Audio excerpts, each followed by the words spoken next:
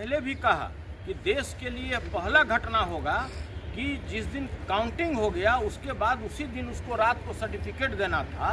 Certificate का तिथि निर्धारित किया गया 27 तारीख को सर्टिफिकेट नहीं दिया गया।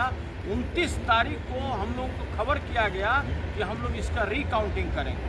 तो यह साफ दर्शाता है कि कहीं न कहीं पूरे राज्य सरकार के दबाव पर, चाहे डीके बाबू के दबाव पर, चाहे और किसी के दबाव पर, ये पूरी तरह दबाव में रिटर्निंग अफसर कार्य कर रहे हैं। और मुझे पूरी आशंका है कि कुछ न कुछ या 1 तारीख को ये लोग गड़बड़ी करेंगे और किसी को हराने जिताने का काम करेंगे, उसके संख्या को पुराने का काम करेंगे कि किसी तरह उसका इतना संख्या हो जाए कि उसके अध्यक्ष और उपाध्यक्ष हो जाए, जो यह काफ़ी दुर्भाग्यपूर्ण है। और सहकारिता आंदोलन के पूरे देश के लिए यह काला अध्याय के रूप में जाना जाएगा।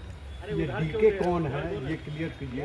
दरवाजा खटखटाएंगे। आप लोग भी अच्छी तरह से जानते हैं कि जिस तरह से मेरा निष्कासन और जिस तरह से मेरी सदस्यता ली गई बिहार विधान परिषद से, हम लोगों ने माननीय उच्चतम न्यायालय का दरवाज़ा खटखटाया और मुझे पूरी उम्मीद है कि हम लोगों को न्याय मिलेगा, दूध का दूध और पानी का पानी होगा। उसी तरह से जो भी इसमें दोषी पदाधिकारी होंगे, अब इससे बड़ा विभत्स रूप क्या हो सकता है कि देश का जो सर्वोच्च प्राधिकार है उसके अध्यक्ष और उपाध्यक्ष के मौजूदगी में सारा निर्वाचन हुआ, तो उनके ऊपर भी सवालिया निशान उठाया गया। अगर एक भी वोट का अगर फेरबदल होता है, एक भी व्यक्ति को अगर हराया और जिताया जाता है, तो नैतिकता के आधार पर सबसे पहले अध्यक्ष और उपाध्यक्ष को इस्तीफा दे देना चाहिए कि आपके सारे ऑब्जर्वरशिप में, आपके पर्यवेक्षण में सारा निर्वाचन हुआ और आपकी मौजूदगी में किसी लोगों ने गड़बड़ी कराई है। देखिए, डीके के बारे में आप भी जानते हैं, हम भी जानते हैं, पूरा राज्य भी जानता है कि आज नेपथ्य से कौन शासन चला रहा है। आज जब मुख्यमंत्री मानसिक रूप से बीमार है, तो वैसी परिस्थिति में इस राज्य को चलाने वाला व्यक्ति कौन है। तो देखिए, हमको इस गहराई में भी नहीं जाना है और न उसके बारे में हम आज कोई बात करने के लिए तैयार हैं। लेकिन आप यह जानिए कि जितनी भी कार्रवाई हो रहा है ये डीके के दबाव पर हो रहा है। सुप्रीम कोर्ट का ऑब्जर्वेशन क्या था सुनील जी, जो आपकी सुनवाई हो गई थी? देखिए, ये सभी लोग जानते हैं, ये लाइव आया हुआ है और उनका देखिए, हमको तो सीधा हाथ जोड़ के ही आप लोगों से विनती है कि मुझे न्याय की उम्मीद है। दूध का दूध और पानी का पानी होगा।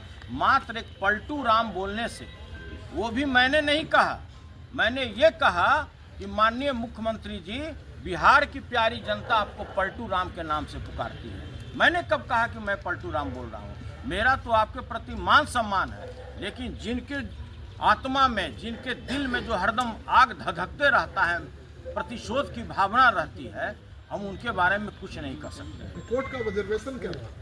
अब कोर्ट का ऑब्जर्वेशन हम और आप क्या, सारे लोगों ने देखा है। सारे जो लाइव हो रहे थे तो सारे लोगों ने देखा है कि पलटू राम बोलने से अगर किसी की सदस्यता चली जाए तो इससे दुर्भाग्यपूर्ण क्या स्थिति हो सकता है। चेयरमैन थे, वो भी उपस्थित थे, उस समय किसी लोगों ने नहीं दिया। आज जब 27 तारीख को जब हम लोगों को सर्टिफिकेट निर्गत करना था, और यह भी देश का एक अभूतपूर्व घटना है कि निर्वाचन हुआ 24 तारीख को, मतगणना हुआ 24 तारीख को और रिजल्ट देने का भारत सरकार के अप्रूवल के बाद तिथि निर्धारित की गई 27 तारीख। 27 तारीख को हम लोग को सर्टिफिकेट, निर्वाचन प्रमाण पत्र मुहैया नहीं किया गया। 29 तारीख को शाम को जिला पदाधिकारी रिटर्निंग अफसर के यहाँ से हम लोग को सूचना दी गई कि हम लोग 1 तारीख को पुनः इसका मतगणना करेंगे। आप लोग अच्छी तरह जानते हैं कि जिस तरह से चंडीगढ़ मेयर कांड हुआ, उससे भी बड़ा कांड होने वाला है इस पटना में। डीके के दबाव पर यहाँ के रिटर्निंग अफसर एक आवेदन लेकर दिल्ली भेजे और दिल्ली से उन्होंने आदेश कराया कि इसका पुनः हम लोग मतगणना करेंगे। जो बैलेट बॉक्स है, जो मत पत्र है, जो यूज़ किया हुआ मत पत्र है, न तो किसी भी व्यक्ति से उस पर साइन कराया गया, न उसको सील कराया गया, और उसको इसी तरह से कहीं पे ये लोग जिलाधिकारी ने रखवाया है। हम लोग को पूरी तरह आशंका है कि ये लोग बिल्कुल गड़बड़ी करेंगे, और अगर इसमें जो मतगणना हुआ है पहले और जो लोग पहले निर्वाचित हुए हैं, अगर एक भी फेरबदल होता है उसमें, तो इसके लिए उत्तरदायी कौन होगा? तो हम लोग का प्रथम मांग है कि अगर एक भी डायरेक्टर में हार जीत होता है और उसको फेरबदल अगर किया जाता है तो सबसे पहले जो भारत के सहकारी निर्वाचन पदाधिकारी, जो प्राधिकार के जो अध्यक्ष और वाइस चेयरमैन जो यहाँ पर आए हुए थे, जिनके निगरानी में संपूर्ण चुनाव हुआ, वो देश के सबसे बड़े अधिकारी हैं, सबसे पहले तो उनको इस्तीफा दे देना चाहिए। इसलिए कि जब अगर उनके निगरानी में सारा कार्य संपन्न हुआ, सीसीटीवी के निगरानी में हुआ, वीडियो के निगरानी में हुआ और जिलाधिकारी के निगरानी में हुआ, और फिर भी अगर रिकाउंटिंग का अगर आदेश पारित होता है तो इस संविधान में इससे बड़ा काला अध्याय नहीं हो सकता है। इसके अतिरिक्त जिस तरह के बेईमानी करने पर ये लोग आमदा है, मुझे पूरी तरह आशंका है, मेरे पूरे टीम को आशंका है, पूरे बिहार के सहकारी आंदोलन से जुड़े हुए लोगों को आशंका है कि ये बेईमान शासक लोग, ये लोग दबाव में आकर के रिटर्निंग अफसर से गड़बड़ी कराने का काम करेंगे।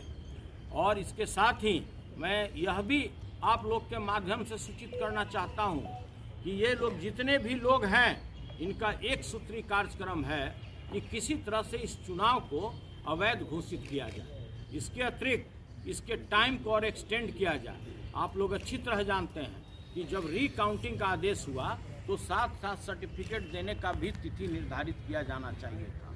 कोई तिथि निर्धारित नहीं किया गया। इसके अतिरिक्त अध्यक्ष और उपाध्यक्ष के चुनाव का भी तिथि निर्धारित किया जाना चाहिए था, वो भी निर्धारित नहीं किया गया और मात्र यह दे दिया गया कि हम लोग रिकाउंटिंग कराएंगे। तो पहला तो ये था कि जो 24 तारीख को मतगणना हुआ, रिजल्ट आउट हुआ, जिसमें 12 हम लोग के पैनल के जीत चुके हैं, 5 उनके पैनल के जीते, उनको 4 दिन तक खुली छूट दी गई कि आप आपस में धन बल का इस्तेमाल करके, डरा धमका करके, प्रशासन के मदद लेकर के आप पहले डायरेक्टर को तोड़ फोड़ कीजिए। जब उनको ऐसा महसूस हुआ कि हम इसमें सफल नहीं हो पाएंगे, तब उसने भारत सरकार के सहयोग से उन्होंने पुनः इसका रिकाउंटिंग का आदेश निकलवाया। यह बड़ा ही दुर्भाग्यपूर्ण है और देश के इतिहास का यह पहला घटना है। चाहे वार्ड सदस्य का निर्वाचन हो या लोकसभा के सदस्य का निर्वाचन हो या बिहार विधानसभा के सदस्य का निर्वाचन हो, कहीं ऐसा घटना नहीं देखा गया कि जिस दिन चुनाव हुआ उस दिन इसकी पुनः मतगणना न करा करके यह 4 दिन के बाद एक नए सिरे से इसके पुनः रिकाउंटिंग का आदेश निर्गत किया गया, जो बहुत ही दुर्भाग्यपूर्ण है। और ऐसा प्रजातांत्रिक मूल्यों का गला घोटने वाले जितने भी लोग हैं, सभी लोग एक शरीक हैं इसमें, चाहे केंद्र सरकार हो या राज्य सरकार हो, और यह काफ़ी दुर्भाग्यपूर्ण घटना है। आप क्या महसूस कर पा रहे हैं कि देश के लिए पहला घटना होगा कि जिस दिन काउंटिंग हो गया उसके बाद उसी दिन उसको रात को सर्टिफिकेट देना था। सर्टिफिकेट का तिथि निर्धारित किया गया 27 तारीख, 27 तारीख को सर्टिफिकेट नहीं दिया गया। 29 तारीख को हम लोग को खबर किया गया कि हम लोग इसका रिकाउंटिंग करेंगे। तो यह साफ दर्शाता है कि कहीं न कहीं पूरे राज्य सरकार के दबाव पर, चाहे डीके बाबू के दबाव पर, चाहे और किसी के दबाव पर, ये पूरी तरह दबाव में रिटर्निंग अफसर कार्य कर रहे हैं। और मुझे पूरी आशंका है कि कुछ न कुछ या 1 तारीख को ये लोग गड़बड़ी करेंगे और किसी को हराने जिताने का काम करेंगे, उसके संख्या को पुराने का काम करेंगे कि किसी तरह उसका इतना संख्या हो जाए कि उसके अध्यक्ष और उपाध्यक्ष हो जाए, जो यह काफ़ी दुर्भाग्यपूर्ण है। और सहकारिता आंदोलन के पूरे देश के लिए यह काला अध्याय के रूप में जाना जाएगा। दरवाजा खटखटाएंगे। आप लोग भी अच्छी तरह से जानते हैं कि जिस तरह से मेरा निष्कासन और जिस तरह से मेरी सदस्यता ली गई बिहार विधान परिषद से, हम लोगों ने माननीय उच्चतम न्यायालय का दरवाज़ा खटखटाया और मुझे पूरी उम्मीद है कि हम लोगों को न्याय मिलेगा, दूध का दूध और पानी का पानी होगा। उसी तरह से जो भी इसमें दोषी पदाधिकारी होंगे, अब इससे बड़ा विभत्स रूप क्या हो सकता है कि देश का जो सर्वोच्च प्राधिकार है उसके अध्यक्ष और उपाध्यक्ष के मौजूदगी में सारा निर्वाचन हुआ, तो उनके ऊपर भी सवालिया निशान उठाया गया। अगर एक भी वोट का अगर फेरबदल होता है, एक भी व्यक्ति को अगर हराया और जिताया जाता है, तो नैतिकता के आधार पर सबसे पहले अध्यक्ष और उपाध्यक्ष को इस्तीफा दे देना चाहिए कि आपके सारे ऑब्जर्वरशिप में, आपके पर्यवेक्षण में सारा निर्वाचन हुआ और आपकी मौजूदगी में किसी लोगों ने गड़बड़ी कराई। देखिए, डीके के बारे में आप भी जानते हैं, हम भी जानते हैं, पूरा राज्य भी जानता है कि आज नेपथ्य से कौन शासन चला रहा है। आज जब मुख्यमंत्री मानसिक रूप से बीमार है तो वैसे परिस्थिति में इस राज्य को चलाने वाला व्यक्ति कौन है। तो देखिए, हमको इस गहराई में भी नहीं जाना है और न उसके बारे में हम आज कोई बात करने के लिए तैयार हैं। लेकिन आप यह जानिए कि जितनी भी कार्रवाई हो रहा है ये डीके के दबाव पर हो रहा है। सुप्रीम कोर्ट का ऑब्जर्वेशन क्या था सुनील जी, जो आपकी सुनवाई हो गई पूरी? देखिए, ये सभी लोग जानते हैं, ये लाइव आया हुआ है और उनका देखिए, हमको तो सीधा हाथ जोड़ के ही आप लोगों से विनती है।